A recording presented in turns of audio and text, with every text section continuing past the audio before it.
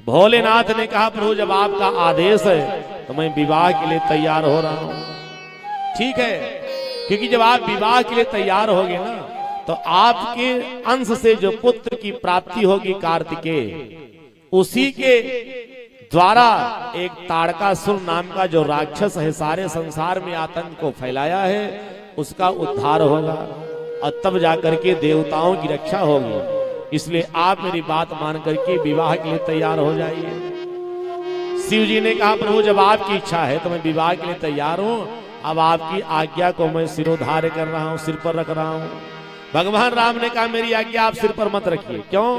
क्योंकि आपके सिर पर गंगा जी हैं। अब मेरी आज्ञा अगर आप सिर पर धारण करोगे तो कहीं गंगा जी अपनी लहरों में मेरे आदेश को बहा न ले जाएं। बोली भक्त वत्सल भगवान की जय। सिर धरियायस करिय तुम्हारा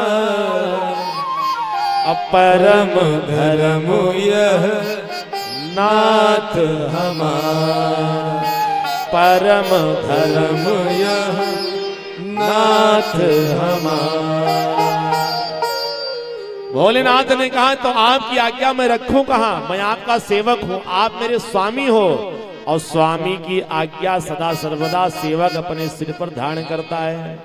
भगवान राम ने कहा सेवक धारण तो करता है परंतु सेवक के जब सर पर गंगा जी हो तो गंगा जी मेरी आज्ञा बहा करके लेके चली जाएंगी, समुद्र में मिला देंगे। इसलिए निवेदन ये है कि आप मेरी आज्ञा को अपने हृदय में धारण करिए। कि कहा प्रभु हर तुम्हारे मन रहे हो, अब उर राखे जो हम कहे हो, अब उर राखे जो हम कहे हो।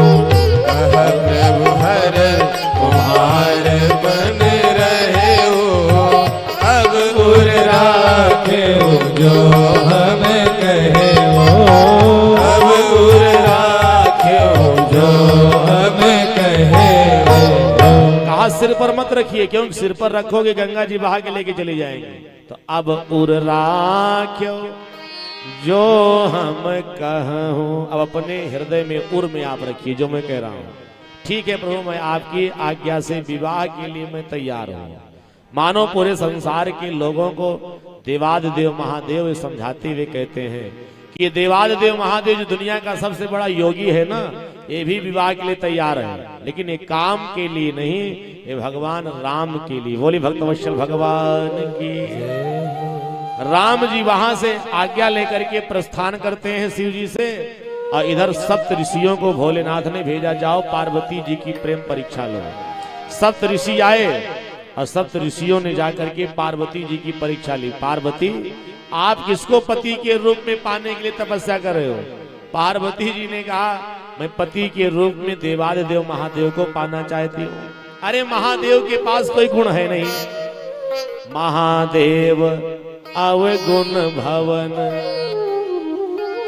विष्णु सकल गुण धाम, यही कर मन रम जाहि सन, तेहि तेहि सन का। सप्त ऋषियों ने जैसे पार्वती जी से कहा महादेव अवगुण भवन, अवगुण के भंडार हैं, न उनके पास रहने के लिए मकान है, न सोने के लिए बिस्तर है, न उनके माता है न पिता है, और ना वो कोई वस्त्र धारण करते, निर्वस्त्र रहते हैं। तो उनके पास तो केवल अवगुण अवगुण भरा है।